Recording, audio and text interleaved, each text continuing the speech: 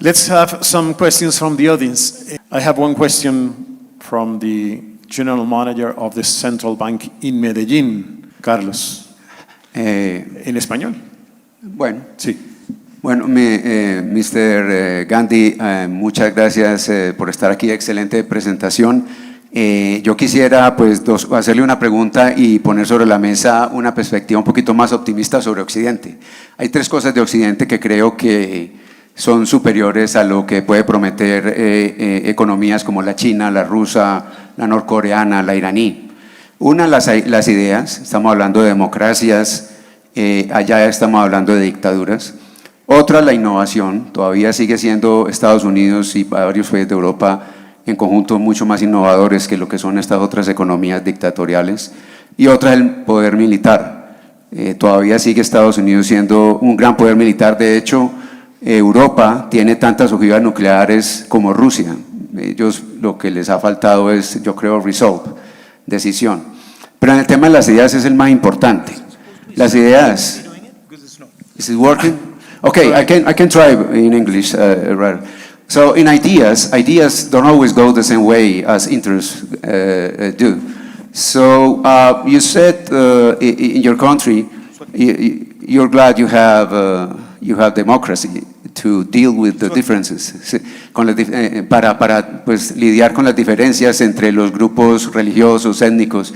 La democracia es clave en la India, usted dijo. Estos países no tienen democracias, tienen dictaduras. Para los que no sepan lo que quiere decir eso, los invito a oír el podcast de Prince para saber qué es lo que es el régimen de Xi Jinping, y Next Year in Moscow para saber lo que es el régimen de Rusia.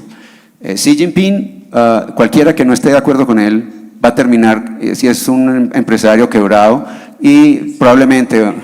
So anyone who goes against Xi Jinping in any way, ideological way, would end up either broken if it is a firm, or in jail if it is a political opponent. Similarly in Russia. In Next Year in Moscow, there is a girl saying, I want to be brilliant, and the mom saying, no, you should not. You should be brilliant as a mouse, big as a mouse. Don't aspire to be notable because you become a target of Putin. So several countries currently, and the Western countries are posing sanctions to Russia because the way because of the Ukrainian war. And several countries have used to punish firms who deal with firms which go against their very principles, like, for example, exploiting labor and so on. So you said there are two dimensions to approach India and Russia. One is the ideas, the other is interest. You said you want to get closer economically to, India should go closer to China. But how about ideas? How do you expect to deal with it? Mostly because India, I guess, is a pivotal country currently. If India will actually really get close to these economies, the world will change a lot. No, I'm not of the view that India should necessarily get closer to China. I don't think that. But look, from our perspective, each country has their way of doing things. We don't like to opine on how they should run their system. I don't think it's my place to come to Colombia and start advising you on how I think you should run your system. I can have a view on our system, on our way of doing things, but the Indian idea is not to go to places, not to go to Russia and say, listen, you guys now, we don't like how you're running your country, or to go to America and say, sorry, you're not treating people nicely. We don't like doing that. We understand that each culture has a perspective. People have different ways of doing things, and people should decide how they do things, right? So we don't like interfering in the internal perspectives and ideologies of different countries. We have a set of values which we generally believe in. We do not like the idea of aggression. We do not like the idea of violence. But we also understand that there are times when violence happens and aggression happens. So that's the first thing. The second thing is, as far as Russia is concerned, we have a very long-standing relationship with them. We have a relationship with them in the military sphere, and we've got a deep, long-standing relationship with them. So for us, Russia is also a valuable partner. And we feel that we can manage the United States and Russia and other people and manage our relationships with them. We don't like the fact that a war is taking place in Ukraine. We don't like it for the fact that thousands and thousands of people are dying in Ukraine, and we do hope that that war ends soon. But we are not in the habit of going and telling people how they should run their country. Una pregunta. Házmela en español para decir. No, I can do it in English as well. In English. Not a problem. First of all, thanks to University for the invitation and welcome to Medellin and Colombia as well. My name is Sergio Escobar. I'm the Executive Director. English, Spanish? Spanish. Okay. Do it in English. English. Let's keep it safe. All right. But by the way, I understand Spanish, but I'm not 100% certain. So That's important that you understand Spanish because it's that question. The United States is becoming year by year so weak just on political and economical matters, not military. Are India and China ready to take that leadership for the world in the next 50 years?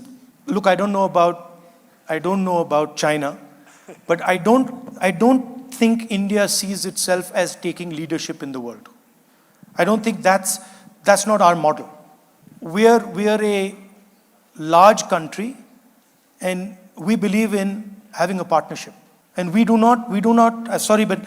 not arrogant enough to believe that we should lead the world. Every country has its own perspective, every region has its own perspective, and I think there is a lot of scope for working together and a lot of scope for partnership. But the idea that India is going to lead the world, I don't think that is how India views itself. Maybe the Chinese think differently on this, but India, I don't think, has an intention to one day lead the world. We understand that we are a big country, a large country, and we have a weight. We understand that we have a responsibility. We understand that we should behave in a particular way. And of course, we want prosperity for our people. We want our people to succeed. We want our people to work. But I don't think we see ourselves as leading the world. There is another question over there. Here. Yes. And then there, and then over there. Okay, you explained very clearly how the empires are created during transitions, energy transitions, and explained very well about steam, coal, and oil and combustion engines, and now electricity. However, if you check the statistics, you see that China is importing year after year more coal, and now is the first coal consumer in the world, actually accounts for half of the consumption of coal in the world. Whereas Western and European countries are reducing coal consumption. So I can see clearly how China is going to he's taking advantage of this change because he's not changing the way he produces electricity. He's changing the way the electricity is consumed. So reducing oil consumption it's not reducing actually, because electricity must be provided some way, and China is producing electricity from coal more than any other country in the world. So half of the consumption, if you add the consumption of coal in the world, just add to the consumption of China coal. So maybe that's an advantage for a short time. But after a while, when more countries develop on photovoltaic, wind, hydropower, and nuclear power, China will be behind in a short time. What do you think about that? Currently, if you look at wind and photovoltaic, it's all Chinese technology. Pretty much all solar panels are made in China. Pretty much all the motors that go into wind turbines are made in China, right? That's the first point. But see, it is correct that China is using a lot of coal. It is also correct that China is using a huge amount of energy for production. America is using a lot of energy for consumption, but America is not producing this speaker, this. And all this requires energy. And a lot of the energy that China is using right now is coal. China also has huge plans in the hydroelectric space, has huge plans in the solar space, wind space, and decentralized pebble reactors, right? So they are making that transition. The point I was making about the electric motor is that it is a completely different way to move. So for example, interesting question. Why does a motorcycle weigh 100 kilos and a car weigh 3,000? To carry one passenger, you need 3,000 kilos of metal in a car, if one passenger is driving a car. And a motorcycle has 100 kilos, carries two passengers. So why is a motorcycle able to carry two passengers with 150 kilos of metal and a car needs 3,000? This question is at the center of the transition to electric. So what do you think the answer is? Engineering students. Yeah. I don't think it's just because of the Christianity, but also because the car has more wheels, the car has an actual structure. But why does the Porfa, car need the las structure? preguntas con el micrófono para que todos en el auditorio podamos escuchar. En un momento te la llevamos. May I answer your question? Yeah, Because if you account for the weight of a battery car is much more than a petrol car. No, Much heavier. my question is, what is it about the car that requires 3,000 kilos of metal? And the answer is, it's the engine. Because it's the engine that kills you on impact, right? And the motorcycle is light because the engine disappears from you when you have an accident. Every time the engines in motorcycles are heavier and heavier. If you see, the power in motorcycles nowadays are becoming heavier, are higher than older motorcycles. But in a motorcycle, when you have an impact, the engine is separated from you. So the engine doesn't hurt you. Whereas in a car, when you have an impact, the engine comes into the car. So the entire car is designed to stop the engine from killing you. The electric motor breaks that centralized energy system. The electric motor allows you to put a motor there, put a motor there, put a motor there, put a motor there. So the electric motor is a decentralization of power. And that's really its effectiveness, right? You can simply not get a drone to fly. You know those quadcopters? You simply cannot get a drone to fly with 4 engines. It'll just tear itself to pieces, right? So circular motion is a completely different way of moving. It's a much more effective, much more powerful way of moving. And circular motion is now there in robots, because robots are all electric motors. It is there in drones, and it is there in cars, right? So what I'm talking about is a revolution in mobility. The battery's weight is higher than the engine's weight. Yeah, absolutely. But the battery does not kill the passenger, because the battery is under the passenger. The engine is right in front of the passenger. So the structure of the car, electric car, and the structure of the internal combustion car are completely different. But the main point I'm making is that we are moving now from the world of the internal combustion engine to the world of the motor.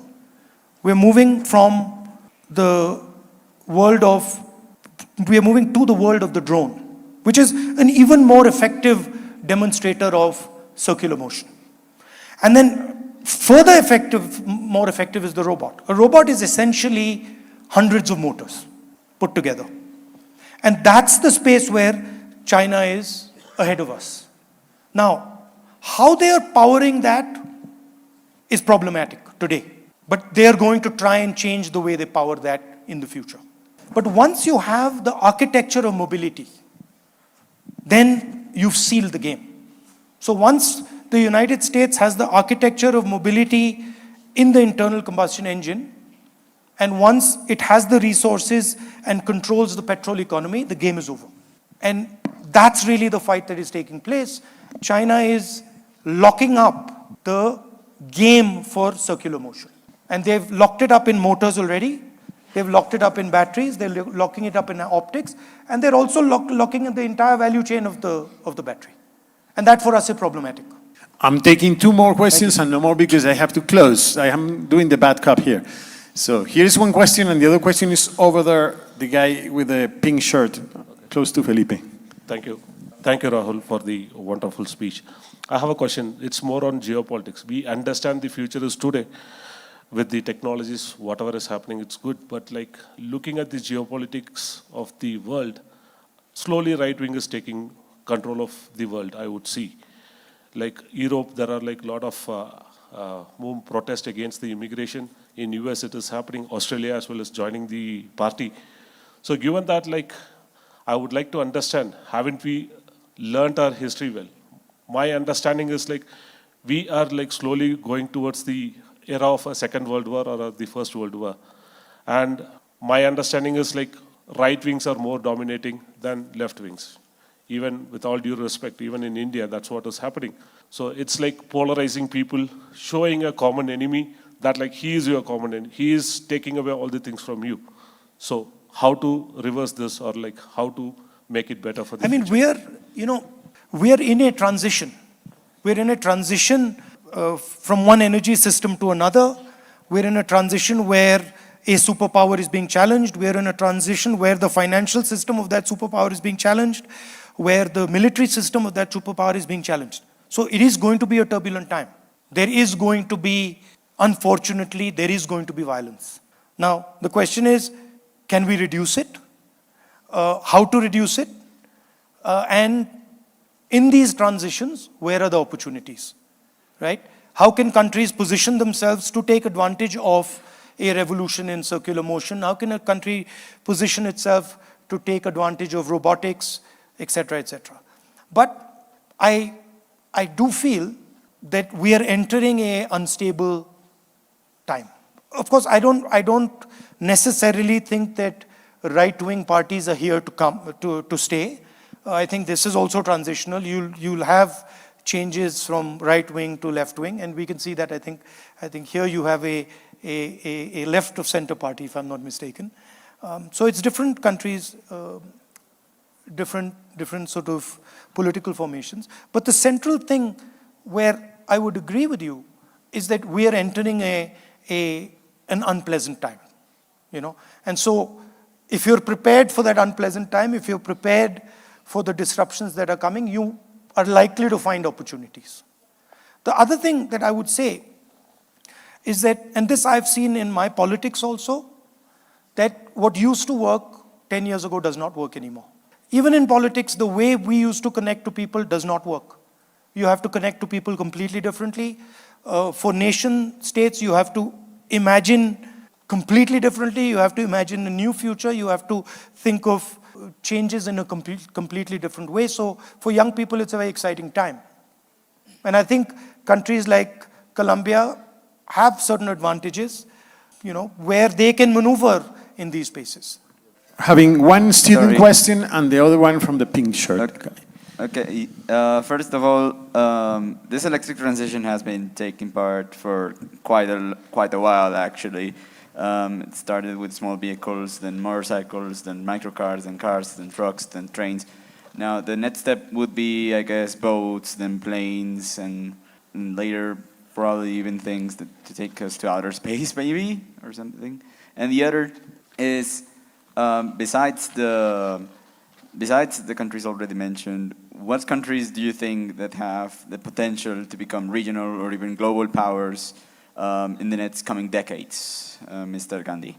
Countries that understand their regional balance well, and countries that connect regionally well and become useful nodes in the region will do well, right? So for that, you have to have an understanding of what is around you. You have to have a flexible perspective. There are countries that you can already see they are beginning to transform themselves. I mean, it's visible, right? Certain small countries might do well as well, right? Singapore is a very flexible country. It manages quite well. You can see that, for example, of course, India has a huge opportunity in its region. China will do well. Country like Turkey, you can see is expanding its power. So there are certainly countries, Brazil is another example that is doing well, South Africa is doing well.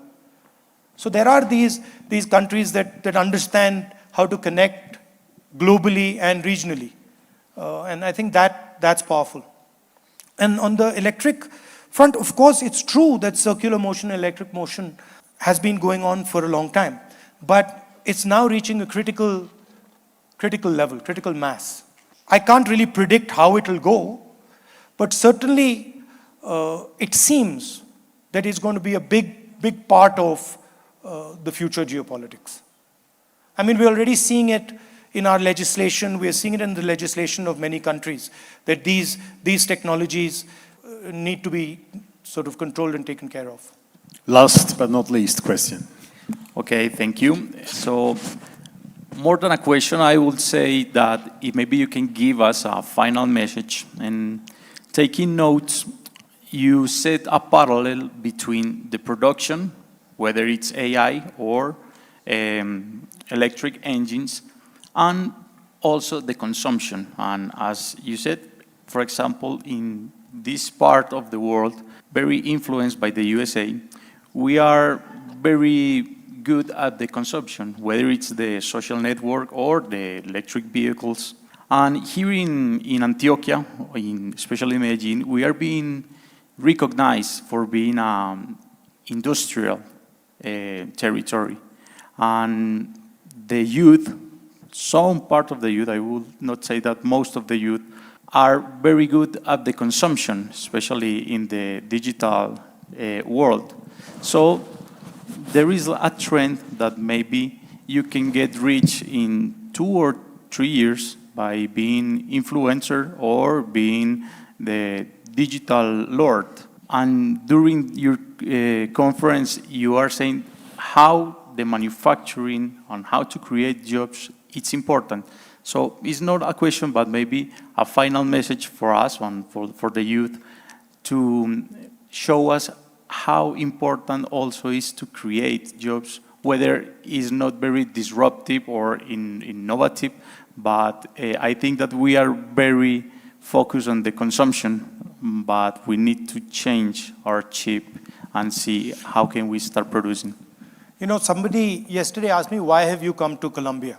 It's very important in the 21st century to understand and observe different cultures, because you never know how you can connect or how and where you'll connect with somebody until you actually go there. Because for me to say, well, sitting in India, that this is how I'll connect with Colombia, or this is how I'll, this is the type of relationship I'll have with Colombia, doesn't work. So being open to other cultures, regardless of how big or small they are, is very important. Because you never know where value lies. For the people who are doing the influencer bit, I mean, my personal view is enjoy yourselves, but please do not rely on that, because that stuff is going to disappear. Right? This is temporary. This is a temporary phenomena. Make sure that you have some resilient skill that you can depend on, that is useful. And the more specialized, the more unique your capability is, I think the easier it is going to be for you. So if you're a doctor, make sure that you have some specialization that nobody else has, because you're probably the first generation that can sell that skill anywhere on the planet. You don't have to sell it just in Colombia, you can sell it anywhere you want.